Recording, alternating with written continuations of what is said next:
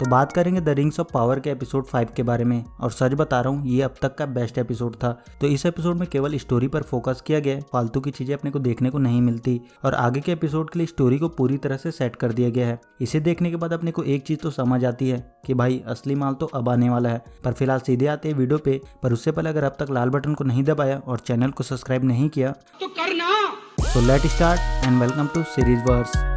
तो स्टार्टिंग में अपने को नॉरी और स्ट्रेंजर को दिखाया जाता है और नॉरी स्ट्रेंजर को बताती है कि हार्फुट एक जगह से दूसरी जगह जाते हैं। जैसे ठंड में वो लोग ओल्ड फॉरेस्ट में होते हैं और मिड समर में वो लोग स्नेल के लिए नॉर्थ फॉरेस्ट में। जिसके बाद वो लोग छोटे जंगलों के लिए निकलते हैं, पर वहां पहुंचने तक उन्हें काफी मुसीबतों का सामना करना पड़ता है, जैसे भेड़िए, बारिश, ट्रोल्स, जिसमें उनकी जान भी जा सकती है। स्ट्रेंजर बोलता है फिर तो वो भी उनमें से एक है क्योंकि उसने फायरफ्लाइज को मार दिया था। नॉरी बोलती वो बस गलती से हुआ था, वो कोई मुसीबत नहीं है, वो अच्छा है क्योंकि वो उनकी मदद कर रहा है। तुम अच्छे हो क्योंकि तुम हमारी मदद कर रहे हो। खैर, तो आगे नॉरी और पॉपी को जंगल में भेड़ियों के पैरों के निशान मिलते हैं। वहीं मालवा देखती है कि जंगल के सारे पेड़ अचानक सूख गए हैं और मालवा सैडॉग को बोलती है कि पहले कभी इस मौसम में ऐसा नहीं हुआ और ये सब उस स्ट्रेंजर की वजह से हो रहा है। और उसने कहा था कि वो उनकी गाड़ी लेकर उन्हें छोड़ दे, पर उसने उसकी बात नहीं मानी और अब उन सबको भुगतना पड़ेगा। तभी पॉपी और नॉरी आकर मालवा को बताते हैं कि उन्होंने भेड़ियों के पैरों के निशान देखे हैं। तभी भेड़िए उनके पीछे पड़ जाते हैं और आगे चलकर वो लोग नॉरी पर हमला करने वाले होते हैं, पर तभी स्ट्रेंजर आकर उसे बचा लेता है। आगे नॉरी आकर स्ट्रेंजर को बताती है कि यहाँ हर कोई उसी की बात कर रहा है, पहले कभी उसके लोगों ने किसी स्ट्रेंजर की तारीफ नहीं की। तभी नॉरी देखती कि स्ट्रेंजर कुछ बड़बड़ा रहा है और उसकी वजह से वहाँ का पानी फ्रीज हो रहा है और नॉरी उसे रोकने की कोशिश करती है, पर उसका हाथ जमने लगता है और नॉरी स्ट्रेंजर को रुकने के लिए बोलती है। और जब स्ट्रेंजर को होश आता है, नॉरी दूर जाकर गिर पड़ती है और फिर नॉरी वहाँ से डर कर भाग जाती है। जिसके बाद अपने को एडार को दिखाया जाता है और यहाँ अपन देखते हैं कि एडार बाकी ऑर्के की तरह नहीं होता, उसे सनलाइट से कुछ भी नहीं होता, जबकि बाकी ऑर्क की स्किन सनलाइट से जल जाती है। इसका मतलब एडार या तो ऑर्क नहीं है या फिर वो केवल आधा ऑर्क है। जिसके बाद अपने को न्यूमेनॉर को दिखाया जाता है। इसल्डूर को मिशन के लिए चूज नहीं किया गया था, इसलिए इसल्डूर अपने फादर एलेंडिल को बोलता है कि उसे भी इस मिशन के लिए जाना है। पर एलेंडिल बोलता है कि जब उसे अपने ट्रेडिशन को निभाने का मौका मिला था तो उसने वेस्ट को चुना, जबकि बाकी लोग इसे निभा रहे हैं जिसकी उसने कभी कदर नहीं की। एलेंडिल बोलता है कि वो उस पर प्राउड करता, उसे एक मौका मिला था जिसे उसने गवा दिया। वहीं क्वीन के डिसीजन को लेकर बहुत से लोग नाराज होते हैं और इनमें केमन और इरियन भी शामिल होते हैं। और इरियन केमन को बोलती है कि उसे जाकर पैराजॉन से बात करनी चाहिए और ये सब रोकना चाहिए। पर केमन को लगता है कि वो चाहे जो कर ले, वो उनकी बात नहीं सुनेंगे। वो क्वीन के वफादार हैं, फिर चाहे वो सही हो या गलत, और वो पीछे नहीं हटेंगे। पर केमन जाकर पैराजॉन से इस बारे में बात करता है। केमन बोलता है कि अगर वो चाहे तो ये सब रोक सकते हैं क्योंकि लोग उन्हें फॉलो करते हैं, ना कि क्वीन मिरियल को। और उन्होंने पिछले किंग को एल्फ से संबंध रखने वाले पुराने तरीकों को मानने से रोका था, तो उसे नहीं लगता कि वो किसी एल्फ की गुलामी करना पसंद करेंगे। पर पैराजॉन का प्लान कुछ और ही होता है। पैराजॉन चाहता था कि युद्ध के बाद एल्फ उनकी गुलामी करे। उसका प्लान होता है कि वो लोग युद्ध करके मिडिल अर्थ के लोगों को बचाएं ताकि वहाँ का राजा उनका कर्जदार हो, जिससे वहाँ के ट्रेड और फॉरेस्ट सब पर उनका कंट्रोल हो। और पैराजॉन केमन को बोलता है कि वो इस जंग को नहीं रोकना चाहता, चाहे जो हो जाए, और उसे भी ये जंग नहीं रोकनी चाहिए। मैं ये मुहिम नहीं रोकने वाला, चाहे कुछ भी हो जाए, तुम्हें भी नहीं रोकनी चाहिए। वही हेलब्रेंड क्वीन को बताता है कि ऑर्क वॉच टावर की ओर बढ़ रहे हैं और यहाँ हेलब्रेंड को ये भी पता चलता है कि गैलेड्रियल ने उसके नाम का फायदा उठाकर मिरियल को मिडिल अर्थ जाने के लिए मना लिया है कि उसे उनकी मदद चाहिए और वो अपने लोगों को इकट्ठा करना चाहता है। गैलेड्रियल ने बताया कि आप अपनी आवाम को एक करना चाहते हैं। पर इससे पहले कि हेलब्रेंड मिरियल को सच बता पाता, गैलेड्रियल उसे रोक देती है। तभी एडा आकर क्वीन को बताती है कि उसके फादर उसे बुला रहे हैं। जिसके बाद हेलब्रेंड गैलेड्रियल को बोलता है कि उसने उसका यूज किया है, उसने बोला था उसे अकेला छोड़ दो। गैलेड्रियल बोलती है कि जब वो क्वीन के फादर से मिलने गई थी तो उसने ये बात क्वीन को बता दी, तो एक्चुअल में उसने उसका यूज किया है, जबकि उसकी वजह से न्यूमेनॉर 5 शिप्स और 500 लोगों को भेज रहा है उसके लोगों की मदद के लिए और उसे राजा बनाने के लिए। पर हेलब्रेंड बोलता है उसे राजा नहीं बनना और वो किसी और को ढूंढ ले। जिसके बाद अपन देखते हैं कि न्यूमेनॉर में जंग के लिए ट्रेनिंग चल रही होती है और एलेंडिल गैलेड्रियल को बोलता है कि वो उन्हें ट्रेनिंग दे और गैलेड्रियल उन्हें बताती है कि ऑर्क को मारने के बहुत से तरीके हैं, पर वो उन्हें सीधे तरीके बताएगी। घुमाओ। और फिर एलेंडिल बोलता है कि जो भी गैलेड्रियल को हराएगा उसे लूटिनियन बना दिया जाएगा। जिसके बाद सब मिलकर गैलेड्रियल को हराने की कोशिश करते हैं, पर कोई फायदा नहीं होता। पेड़ की तरह जम मत जाओ, चलते रहो। पर गैलेड्रियल को एक स्क्रैच मारने में कामयाब हो जाता है, तो उसे लूटिनियन बना दिया जाता है। इसेल्डुर ये सब देख रहा होता है और फिर रात में इसेल्डुर वेलेंडिल से सॉरी बोलता है और उसे अपनी टीम में शामिल करने के लिए बोलता है। पर वेलेंडिल बोलता है कि वो उसके बचपन का दोस्त है और उसे सबसे प्यारा है, पर वो ऐसा करके अपनी इज्जत दांव पर नहीं लगा सकता। उसका कोई भरोसा नहीं है, वो कभी भी छोड़कर भाग जाएगा।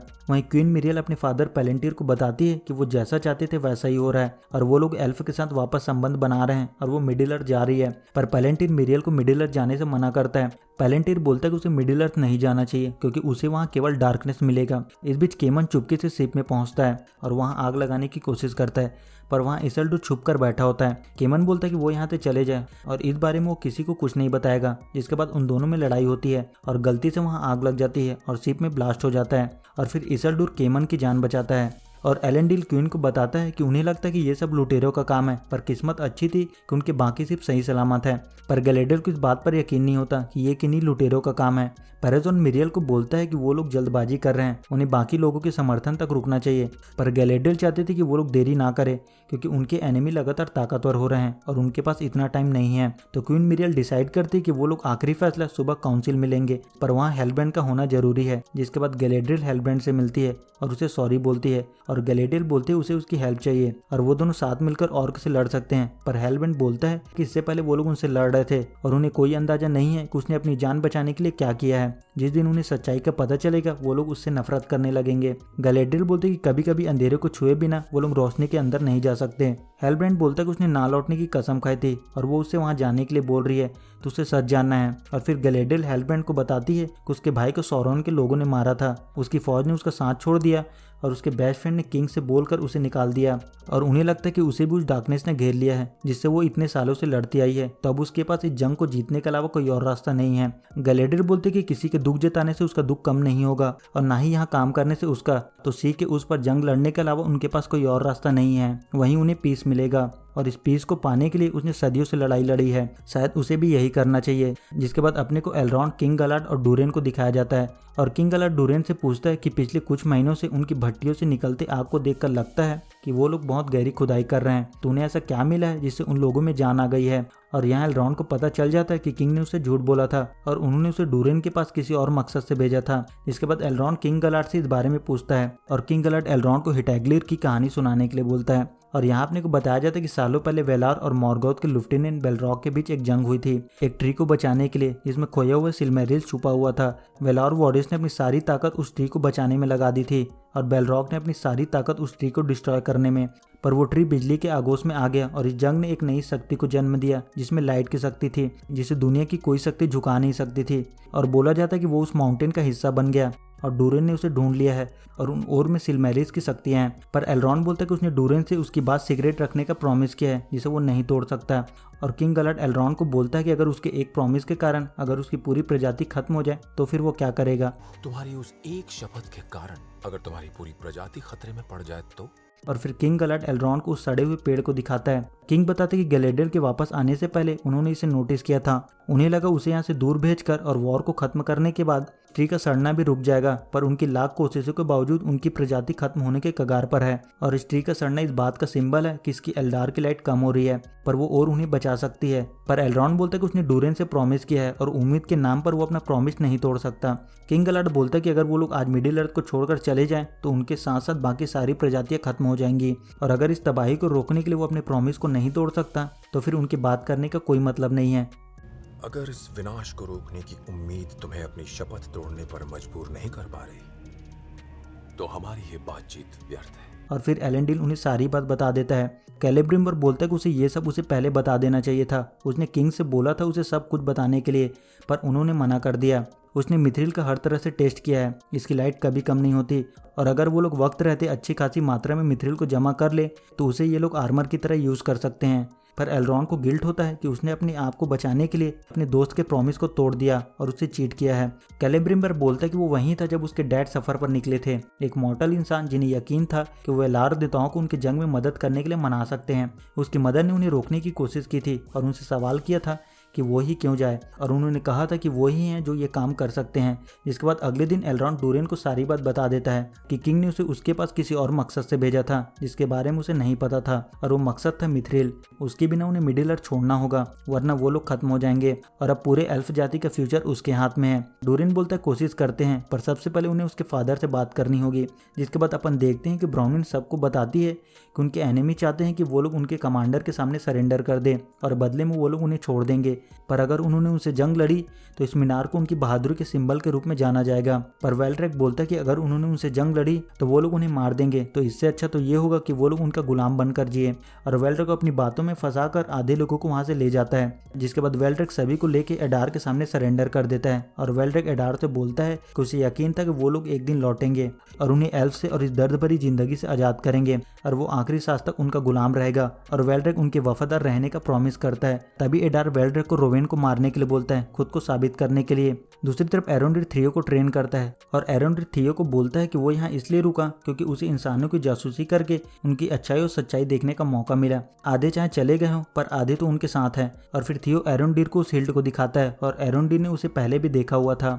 और एरोंडिर ब्राउनविंड को बताता है कि ये एक की है जो उन लोगों ने उसके एंसेस्टर को गुलाम बनाने के लिए बनाया था, और उनके कमांडर ने गॉड बनने की बात कही थी, और वो ऑर्कों को इस जमीन पर बसाना चाहता है। उसका प्लान चाहे जो भी हो, पर उसे पता है कि उसे जो हासिल करना है वो उसके बेटे के पास है, तो शायद उनके पास कुछ दिन या फिर कुछ घंटों का ही वक्त है, पर कोई तो रास्ता जरूर होगा। पर गैलेडियल डिसाइड करती है कि वो जाकर उनके सामने सरेंडर कर देगी, यही एक रास्ता है। पर एरोंडिर बोलता है कि इससे सब कुछ खत्म हो जाएगा, उसका बेटा और आने वाली पीढ़ी सब। उनके लोगों ने सदियों तक अपना सम्मान वापस पाने की कोशिश की है, उसके इस एक फैसले से उनकी मेहनत बर्बाद हो जाएगी, कोई दूसरा रास्ता जरूर होगा। ब्राउनविंड बोलती है कि अंधेरे का रास्ता उनकी किस्मत में है जो कभी नहीं बदलने वाली, और वो लोग हमेशा वही करेंगे। एरोंडिर बोलता है कि यहाँ उनके जान के अलावा बहुत कुछ दांव पर है, अगर ये शक्ति उनके हाथ लग गई तो अंजाम बहुत खतरनाक होगा। ब्राउनविंड बोलती है कि उनमें उन्हें रोकने की ताकत नहीं है, और जब वो हमला करेंगे उनका मीनार तबाह हो जाएगा। जिसके बाद अपने को न्यूमेनॉर को दिखाया जाता है, जहाँ न्यूमेनॉर की सेना मिडिल अर्थ के लिए निकलती है, और यहाँ पर इसेल्डुर को भी सेना में शामिल कर लिया जाता है।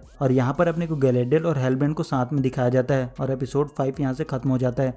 तो इसी के साथ इस वीडियो में इतना ही। तो लास्ट एपिसोड को देखने के लेफ्ट वाले पर क्लिक करना, और अगर मल्टीवर्स मैडनेस देखना है तो राइट वाले पर क्लिक करना। तो वीडियो को यहीं रैप अप करते हैं। सी यू इन नेक्स्ट वीडियो, तब तक के लिए गुड बाय।